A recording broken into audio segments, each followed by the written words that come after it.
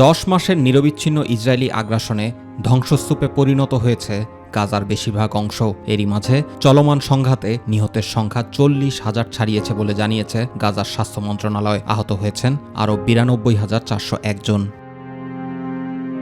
গত বছরের 7ই October Israeli আগ্রাসনের বিরুদ্ধে প্রতিবাদ জানিয়ে তেল আবিবে ইতিহাসের স্মরণকালের ভয়াবহ হামলা চালায় ফিলিস্তিনের স্বাধীনতাকামী সংগঠন হামাস। হামলায় 1200 জন নিহত হয় এবং 250 জনকে জিম্মি করে নিয়ে যায় হামাস। হামাসের এ হামলার পর ইসরায়েলি গোয়েন্দা বাহিনীর সক্ষমতা নিয়ে প্রশ্ন ওঠে। শেষ পর্যন্ত দেশটির প্রধানমন্ত্রী বেনিয়ামিন নেতানিয়াহু তার আত্মমর্যাদা রক্ষার্থে গাজায় পাল্টা হামলার নির্দেশ দেন। সে থেকে চলমান হামলায় গাজায় ভয়াবহ মানসিক বিপর্যয় দেখা দিয়েছে। আন্তর্জাতিক সংস্থাগুলো জানিয়েছে গাজায় নিহতদের অধিকাংশই বেসামরিক নাগরিক। এদের বড় অংশ নারী ও শিশু। Euro Mediterranean human rights monitor এক প্রতিবেদনে জানিয়েছে গত 7ই অক্টোবর থেকে গাজা উপত্যকায় ইসরায়েলের হামলায় প্রায় 17,000 ফিলিস্তিনি শিশু নিহত হয়েছে। এদের মধ্যে প্রায় 2,100 জনই 2 বছরের কম বয়সী।